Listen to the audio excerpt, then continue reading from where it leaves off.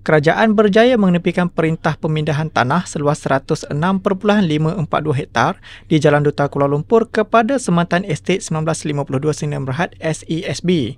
Tanah itu antara lain termasuklah yang menempatkan Kompleks Lembaga Hasil Dalam Negeri LHDN, beberapa bangunan kerajaan, Stadium Hoki Nasional, Institut Kefahaman Islam Malaysia IKIM dan Majlis Wilayah Persekutuan.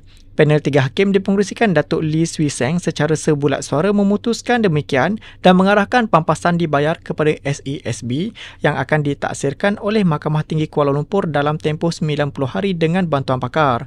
Panel juga menolak rayuan silang SESB supaya tanah berkenaan dipindah milik kepadanya. Pada 7 Ogos tahun lalu, Hakim Mahkamah Tinggi Kuala Lumpur, Datuk Ahmad Syahrin Muhammad Saleh memerintahkan kerajaan memindah milik tanah berkenaan kepada SESB selepas membenarkan saman pemuli syarikat itu terhadap pendaftar hak milik wilayah persekutuan selaku defendant.